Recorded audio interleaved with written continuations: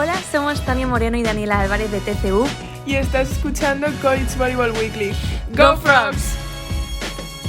This is Tania Moreno and Daniela Álvarez from TCU. And you're on College Beach Volleyball Weekly.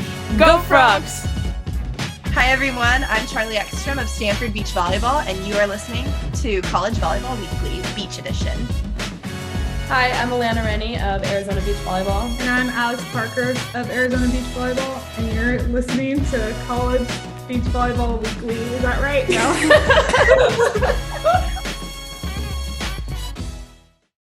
All right. Good day, everyone, and welcome to a very late episode of College Volleyball Weekly, Collegiate Beach Top 20. Yeah, we did a recap episode, but I wanted to talk to at least someone from the national championship team of USC, back-to-back national championships.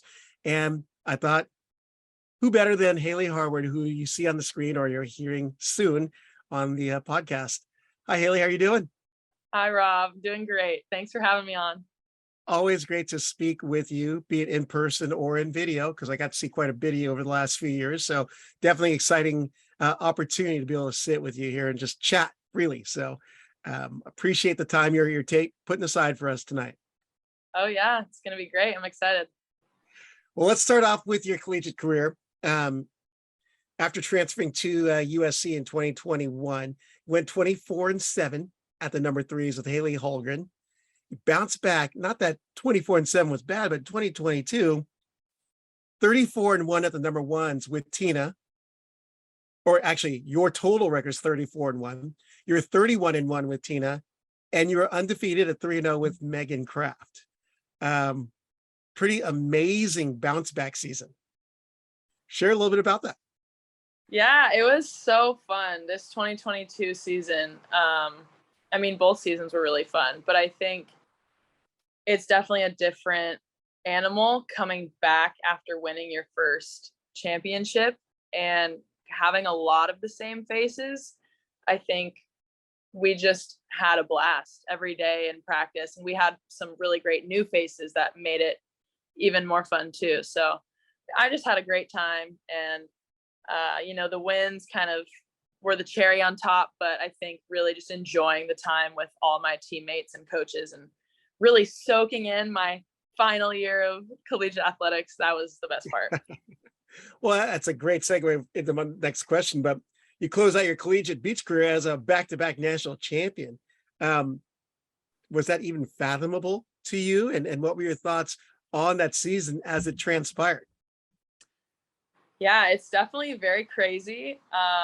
It's something I always dreamed of, was pursuing a national championship when I was little. I've always played and I've been surrounded by so many stellar athletes that just always seemed like, something I want to strive for and be on a team with others that like really want to pursue that. So it was just so cool that first time, like we said, and then the second time, like I said, it's different because you kind of have this expectation of how things should go, and maybe you have like a target on your back. But I think our coaching staff and just our team leadership did a great job at keeping everybody focused on just the present, the here and now, and just showing up every day the best that we can be. And the results don't really matter. And I think that's something huge that I learned, and I'm still learning now, entering a new phase of life. But results almost don't matter at the end. It's all about like how you show up, how you fight during the match or during the season or whatever you're doing. And then the result at the end was awesome. So cool to hear. But you did actually perk a question out of your response from me there. But I was going to ask about the team's leadership, because given the amount of talent and from reputable backgrounds and programs that you had, who emerged as a leader? Was it an individual or was it a team model? Was there one voice that elevated above the rest because of just their natural abilities or giftings? Can you speak to that a little bit? Oh gosh, I feel like everyone on the team had a role. Everyone was a leader. And I think that was instilled by our coaching staff, because we had so many amazing talents and amazing personalities. It just naturally, we just all got along, which is kind of crazy. I feel like that's not really maybe super common. I feel like everyone had this mentality of like putting the team first, which was awesome because there wasn't like, oh, I'm at this position, you know, I think I should be here, or, you know, why is this person getting this? And it was just a really awesome culture. And I'm trying to still wrap my head around how that came about, because it's so cool. Mhm. And I think something we need more of in women's sports is less direct comparison and more just like building each other up and still fighting for your spot and still like grinding, but in a more like your teammates. You're at the end of the day, we're all on the same team. Yeah. Well, you mentioned that you had some new faces, combination of people that were going to be first years in the program, and you had a bunch of talented transfers like Sunny Viapondo and Caitlin and all these other faces that could have easily, that came from other programs that were top 3 flights, but came there and realized, well, you know, we're going to be where we're going to be. But it's such an incredible dynamic because of the youth. And then you had the maturity of 4th, 5th, even 6th year because of COVID. Yeah. It was, sorry if you can hear these sirens in the background, but it was a really cool dynamic. And with that group, you know, that experienced the previous season, I don't think there was any clickiness of like, oh, you know, we were the ones who won last year. I never felt that. There was transfers, grad transfers, like you said, there was freshmen, but there was also girls from the indoor team who were seen Right. that had finished their indoor careers, and they were studs on the beach, and they came out and added so much to the team, just cheering and their willingness to learn and just connect with everyone on the team. So it was just a great group of girls, and I'm so thankful I could have been a part of it. Yeah.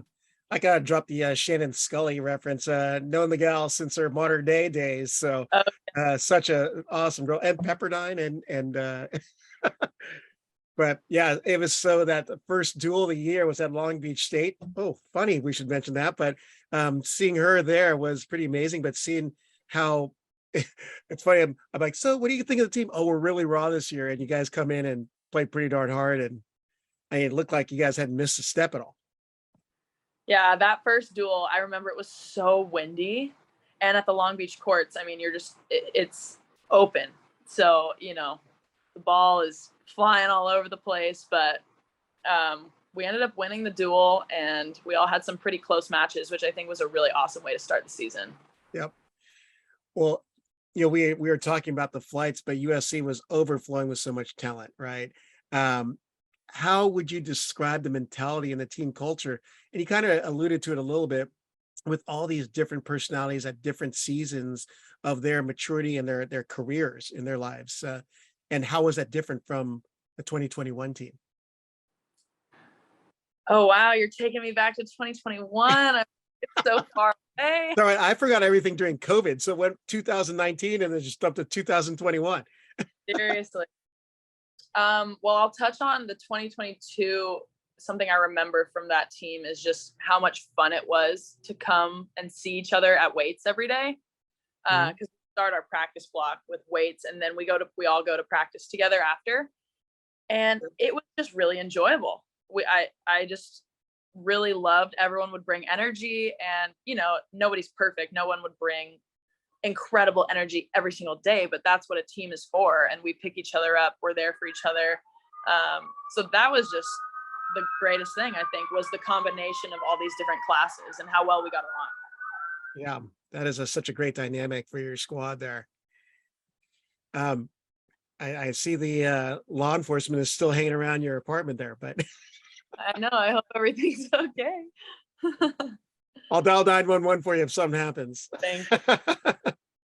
So we talked a little bit about Long Beach State, and that's where I met you at 2015, 16, and at Nova Southeastern University, competing for the USA Junior National Team. And you said you'd committed to Long Beach State, playing indoor there, and also beach for Coach Campbell. But you've been quite the journeywoman in such a great way. But seeing your career develop from Long Beach State through injury, academics, and then getting to USC.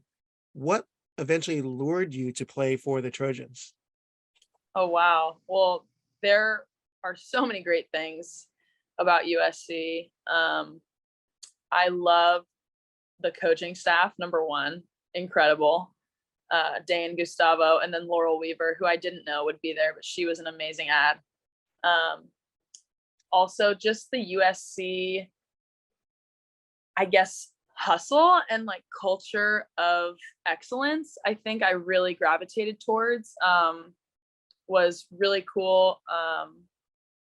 Yeah, just kind of seeing all the support that they get. And, you know, I mean, there's a million things I could read off a list of why it was great, but yeah, it was just a great institution when I got there. Now, you obviously are picking up a master's degree, if not two. I know some people are picking up 2 master's degrees. I'm like, when do you have free time to do that? But it sounds like it's been a pretty great experience for you, and the projects you've been working on academically. I think I was one of your subjects. You solicited some input from me. Yeah. Hope I didn't ruin your grade or anything like that. Nope, I passed. I'm done with school. It all worked out. Nice. Let's go back to your the 2022 season. You played in the top 3 flights. Actually, this goes back to 2021 for the Trojans in both the years. But what expectations did you set for yourself as you started the 2022 season? Ooh, that's a big one. That's a great question. I've battled expectations my whole career, as I'm sure a ton of athletes have. It's second nature, I think, to kind of always be pushing your limits and always expecting better things out of yourself, because that's how you improve.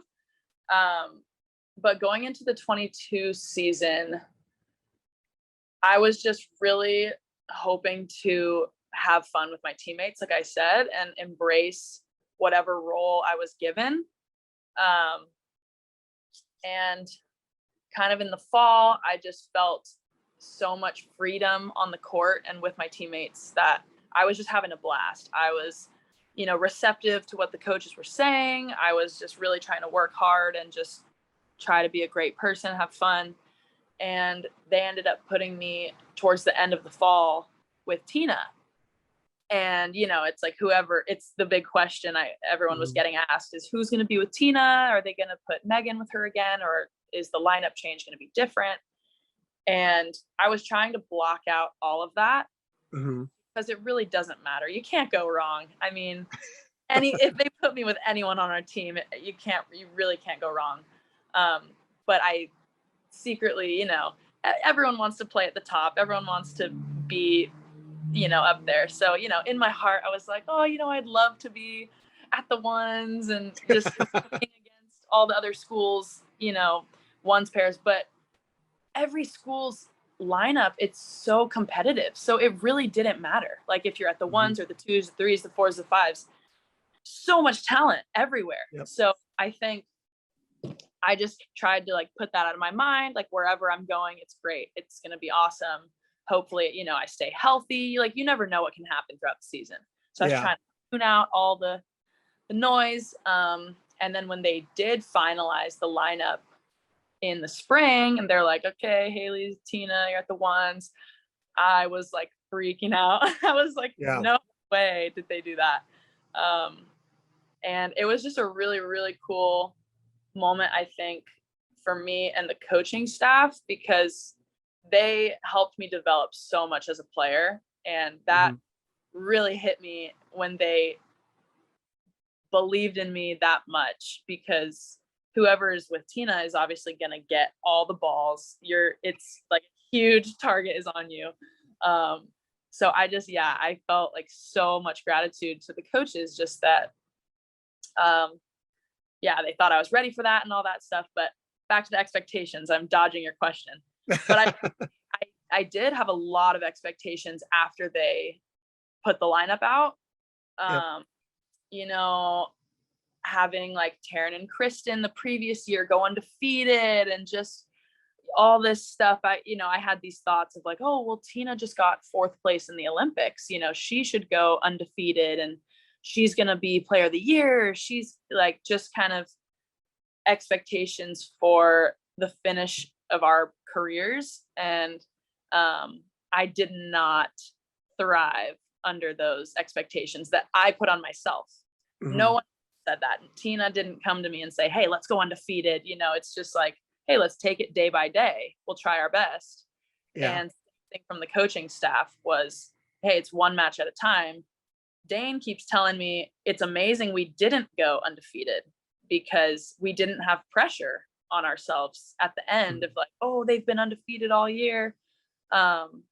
So expectations are crazy. And I personally play my best when I am just in the moment and kind of eliminating all of that outside noise.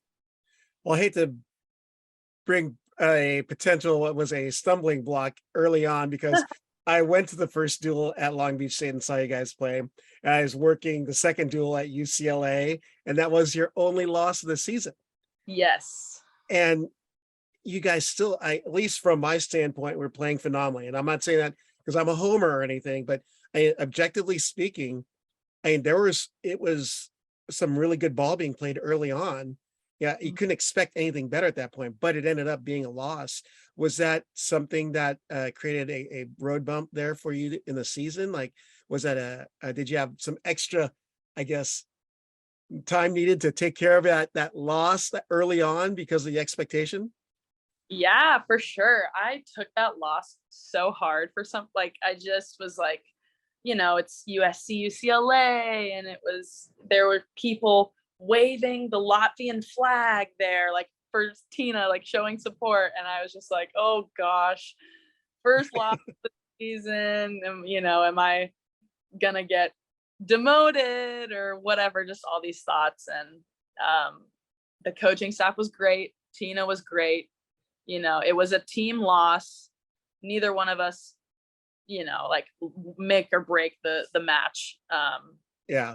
But yeah, that definitely caused me to just kind of question some things. And yeah, it was a very pivotal time in the season, I think, though, to experience that loss and be like, oh, everything's fine. The world is still spinning, you know, Yeah. like we lost and it happens.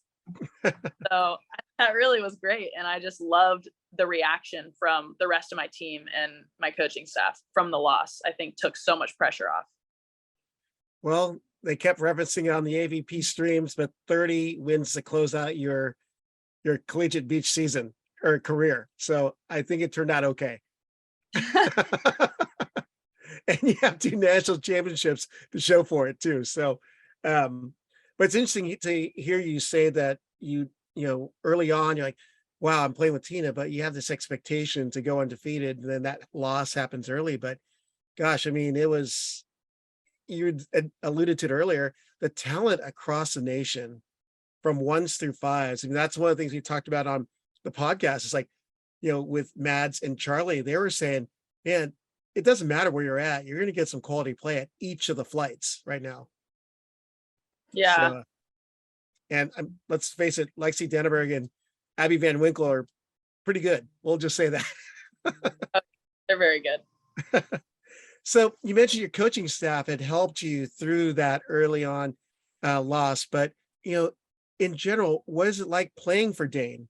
You know, people have seen him as the assistant or doing broadcasts for AVP or FIVB, but, you know, he's obviously a very highly charismatic individual, knows a lot about the game, former Olympian, but what is it like being on his roster and being coached by him? Yeah, so cool. I really respect Dain, and I respect his open door policy. And, you know, we would book weekly like video sessions. And this season, especially, I really felt that I could just tell him things straight up. And I feel like that's rare for a coach player dynamic, is just like, oh, I can tell him, you know, I'm really sucking right now. How can we like work together on this? And I didn't feel like he would say, oh, Hailey is sucking right now. Let's move her to the 2s or the 3s, or we can't trust her. I never felt that way. Felt like he genuinely had my back. And he wanted me to succeed, which helped me succeed. And I think that's something that is rare. And I'm sure most coaches, want their players to succeed, but I've experienced with, a variety of coaches, just me thinking, oh, if I open up and I say something like this, I wonder how they'll take it. And maybe that's just a me thing, but I felt really confident and comfortable with Dain and the feedback he was giving me. And just helped me play really well on the court, just in our box during the timeouts and the side switches. He was always, that next point, and giving us feedback and just really being our biggest cheerleader. And I really thrived off of that. It was awesome. That's so awesome to hear. So let's jump to, we're going to fast forward to the national championship duel against Florida State. You and Tina had at FSU's #1 pair, which was a very talented pair. Brooke Bauer, Maddie Anderson, 2-0, and looked like you kind of breezed through there. But I know that I was watching that, and it was intense play. The score does not tell the story, that's for sure. And Maddie Anderson is a bomber. So is Brooke, now I think about it. So, but you finished up your match. You got the second dual point, I believe that was awarded, if I'm reading my notes right. But and then, of course, came down to Julia and Delaney's match. Walk us through what was going through your mind as that last point happened.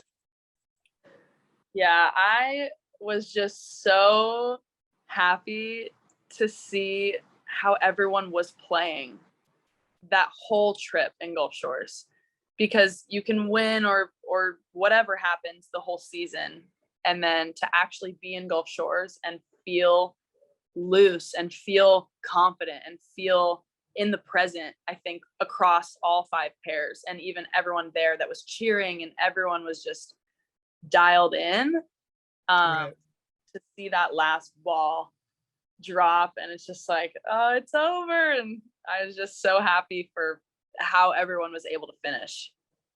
Oh, for sure. Well, I mean, so Julie got the block, they tried to recycle it, and then the ball was hitting the net. So just seeing that rush of the Cardinal and gold, it basically engulfed Julia and Delaney was pretty intense. Yeah. So with Julia, you guys not only share a special relationship as teammates, but also roommates and pretty close friends. By getting that back-to-back national championship, as all those roles in your relationship, did it make your closing out your collegiate career more special? Yeah, I think just having Julia to share all of these experiences with has been so cool. It's been such a blessing, and it's just been a gift from God, truly, because I think a relationship like ours could be full of comparison and full of jealousy, with how close we are and how much we both want to win and all that. It's like we are just such great friends, and we're just really rooting for one another, and we can be so straight up with each other and just kind of lean on each other. And so to go through, everyone sees like the highs at the end, but then to also have each other to lean on and support during the low moments that maybe aren't talked about as much. It was just awesome. It's so cool to have her. Hi everyone, this is Madison Fitzpatrick at Florida State, and you're listening or watching College Volleyball Weekly Beach Edition Top 20. Hi, I'm Erica Brock from FAU. Hi, I'm Mackenzie Morris from FAU. And you're listening to College Volleyball Weekly Beach Edition. Well, it's pretty cool because now that you received a national championship, and my goodness, got so many awards this last year. Got the Pac-12 Pair of the Year, first team All-Pac-12, AVCA Player of the Year, Pair of the Year. I mean, it was amazing. And then Julia's right there, along with Tina and Megan, other teammates. So, but now you go into your professional career in the AVP, and that's what really reignited that interest in wanting to speak with you again, because knew that you and Julie were roommates, and She would have been on tonight, just so everyone knows, but she had life kind of step in called school. She has to work towards a degree, and she's catching up like Hailey is. So again, thank you for your time. But you guys played at Fort Lauderdale. Both, like I said, pursuing professional careers on the AVP, and your best finish previous to the 2022 season was a 9th at Hermosa with Catherine Plummer. Because I remember you introduced me to Catherine for the first time, and that changed that weekend of July 29th through the 31st. I partnered with Tina, the Latvian super weapon, I like to call her. And you guys grinded your way to your first ever AVP championship. So once you advanced out of that semifinal match and realized that you're going to be playing your roommate with Geena Urango, what went through your mind? Well, it was cool because during our semifinals, I could hear Mark announcing the other semi, and I heard that Julia won, I think, before our match even ended. So I was like, oh my gosh, like she's in the finals. That's amazing. I was like, okay, we got to meet her there. We gotta get this done. We were kind of joking all weekend, like, hey, stay on the other side of the bracket. Like, we'll meet you in the finals. And then we ended up winning our semis, and we were like, no way. Like, this is coming to reality. Like, we're meeting in the finals, both of us, our first AVP finals.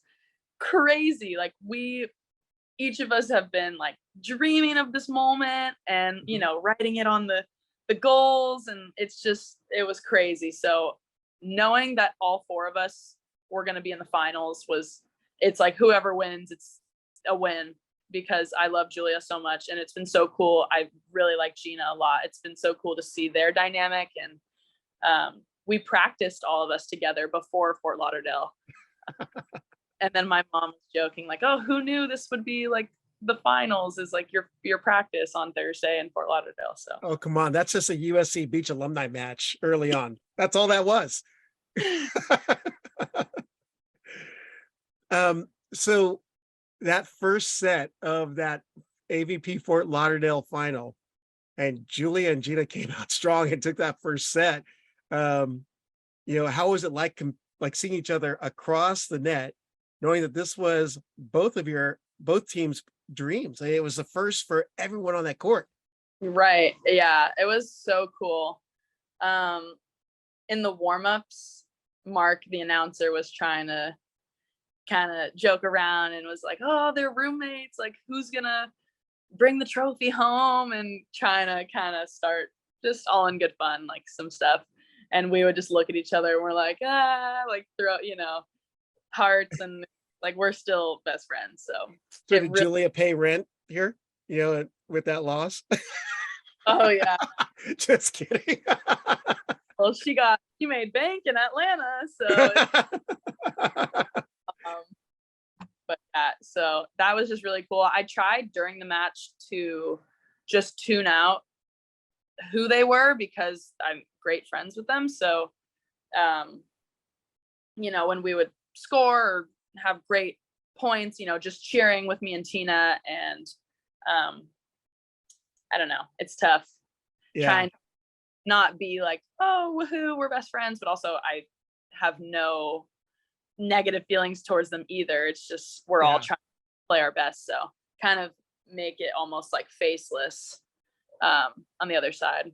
I mean, both of you understand the competitive nature. I mean, you're some of the most intense competitors I've come across, and I mean that in a good way, because there are people that can be and are jerks about it, but I think that from a professionalism standpoint, you and Julia fit the bill, along with a few other your teammates as well.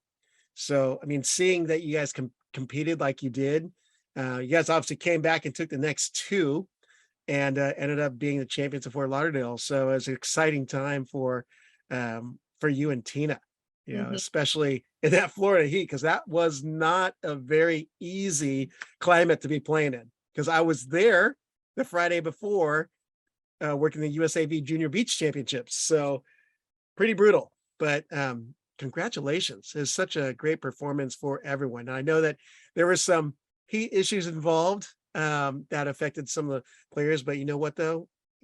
Everyone played phenomenal for that entire tournament. So hats off to all of you. Well, thank you. Yeah, it was definitely pretty brutal in the heat. We were lucky to have only played, I think it was 5 matches. Mhm. So that was really lucky because they were all tight matches and it can go either way. And then, yeah, you definitely want to just play fast and then get into the air conditioning. At least you didn't have lightning delays like this last weekend. I mean, because at the earlier in the week we had 4 lightning delays at the beach championships or the juniors beach championships. So Oh, wow. I was thinking, wow, if AVP has to deal with this is gonna be terrible. So, but let's jump to the next weekend. I know that I was Atlanta, and didn't have the same result for yourself, but instead, Julia ends up grinding her way through the contenders bracket to play in the final. What I thought was really cool is a certain songbird was called to use her the microphone and start off the day. Hailey, beautiful voice. I've known it. I've seen it multiple times, but I love it when you have the opportunity to open up Championship Sunday by singing the national anthem. And good to hear that you're still singing as well. Oh, yes. Thank you. I love singing all the time, but I do get so scared when I have to perform. I mean, I'm sure anyone would get, it's like a performance or a speech or whatnot, but that was really cool. I'm trying to push my comfort zone a little bit and try to sing a little bit more in public. But yeah, we organized that before the tournament. So we did not know Julia would be in the finals, which made it even more amazing that I could sing before her match. But yeah, it was a really crazy tournament. And I'm so happy that her and Geena got their first victory. It's so cool. Yeah. It is incredible. It blows my mind. Well, if anyone could questions your friendship and relationship, all they got to do is look at yours and one of your other roommates' social feeds, pictures of you guys holding signs and going crazy for Julia and Geena in the crowd. All your posts were hilarious. You guys are totally going all out for Julia and Geena. Yeah, that was really fun in Hermosa Beach because I had gotten eliminated on Saturday and Julia and Geena made it to Sunday. I think it was their first championship Sunday. So me and my other roommate Willa made these signs for them and we were just, let's go. Like they are gonna win. We're just going crazy for them. And I think they got a third, which was so cool. But yeah, I mean, it's awesome to have that support of the roomies. Like wherever we're going to these tournaments, it's not just all about me. It's like, oh, okay, well, if I do well, I have my roommate here supporting me. If she does well, I'm supporting her. So it's been awesome. Well, I was looking at Julia's record this season alone, and she's had 2 seconds and 2 thirds. So she's been literally at the bubble waiting to just like hammer in. Oh yeah. I even said, because she claims that she had a feeling me and Tina would win Fort Lauderdale, which I believe her. She's trying to get in your head. No, she's pretty good with her feelings. She's usually spot on. And then I really had a feeling before Atlanta. I told her this. I said, you have gotten third, second, you're gonna get a first. I just feel it. You guys are playing so well. You've beaten really, really great teams. Like it's coming. And then boom. So I don't know what your big bunion was vibrating and that was your sense that she was going to win, right? Yes. Now, you actually alluded to a roommate of yours, Willa, and making signs, but she made a great sign when you guys finally made it home. You share a little bit about that sign because I thought it was hilarious when I saw the posts on it. Yeah, she's the sweetest. So whenever something happens, she makes these signs with, balloons. And it started with happy birthday. And then it became congrats, grads. And then it became, welcome back, champs, or whatever it may be. She's just always so amazing and so selfless and will stay up till the early dawn to show support for us, which is just so incredible. But yeah, the sign when we got home said AVP champs, and then it was a fat head of Julia, and she drew the state of Georgia and put Atlanta, and then the state of Florida and my fat head and put Fort Lauderdale. So it's so cool. I thought there was she alluded to like saying that someone's was bigger, or was that you on your post? Oh, that was me. Julia did win a gold series with double the prize money, a bigger trophy. She might go to the Phoenix Championships, which will be super cool. That's your hometown. You got to get into that one. Oh, I know. I want to go to it so badly, but if she's there, I have a place to stay. I'll stay at my parents' house and I'll cheer my butt off. So it's all good. Such a great story, though. I mean, just these last few weeks, not only for you, but for your friend and teammate and, roommates and just the whole USC program. Because, one of the things that I'm looking at, even as I was developing the questions to ask you, this last 2-3 years, especially coming to AVP on the women's side, you're seeing this wave of new faces who were excelling right before COVID. Because technically, Kristen and Taryn, they had high expectations right when COVID hit that year. They were having a phenomenal season. Yeah. But now you're seeing them really rise up in the FIVB or the Beach Volleyball Worlds, FIVBs, and now AVP. And you're in that wave with Tina and Megan and Julia and even Delaney when she's, playing. And, you're seeing these names come up. The FSU clan is definitely stepping up as well, between Brooke and Diana. I mean, it's like this massive wave of, I don't want to say new school, but just this, the talent that's coming through has been people who've been doing it early on in their careers. Seeing you on the beach, seeing these others in juniors tournaments in 2015, 16, it's insane seeing what the result is now as they go into the professional level. So yeah, it's an exciting time for Collegiate Beach for sure. Super cool. Yeah. Want to end with this question for you. Just because everyone knows you play volleyball, it's Hailey Harward. But when you're not on the sand or training, what can one find you doing off the court? Oh, what a question. Definitely singing for sure. What else do I do? As of now, trying to grind and really reach out to a bunch of people, network, figure out, what it is that I want to spend my time doing when I'm not playing beach volleyball. So whether that be partnering with brands and helping them promote whatever it is they're promoting, or finding a part-time job with myself, doing possibly marketing. So yeah, I'm kind of in this wave of figuring a lot of stuff out right now. No, as you should be. Just recently graduated. And post-COVID, who knows what's happening now, things are realigning and readjusting to what we've just been through. So I didn't put this on the questions I sent to you, but I wanted to give you a chance to mention your sponsors or thank your sponsors, people who've been supporting you, just because I know it takes a huge team of people and supporters to really just so you can make it. So just want to give you that chance and put it out there for you. Well, thank you. Yeah, it's incredible. My number one sponsor is my parents, the Harward mortgage team to be exact. If anybody needs refinancing, home loan, my dad and my brother are experts. They're amazing to work with. So that is my shout out. Reach out to me. I can get you their details, but that would help my beach volleyball career because they really helped me a ton fund my career. Excellent. Well, Hailey Harward, USC, two-time national champion, and now AVP champion, and looking forward to what the rest of your career has for you, being that I feel like I hashtag it Hailey's homies. I've been there since the beginning. I might start making shirts. We might.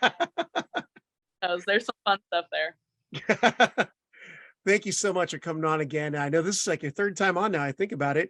There's only one other person that's been on 3 times. That's Tina Graudina, and look where that brought her. Wow. Wow. I'm honored. This is awesome.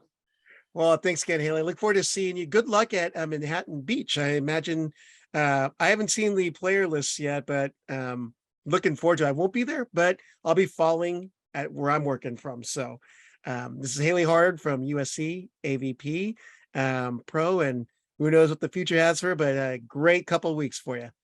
Thanks for coming on. Thanks.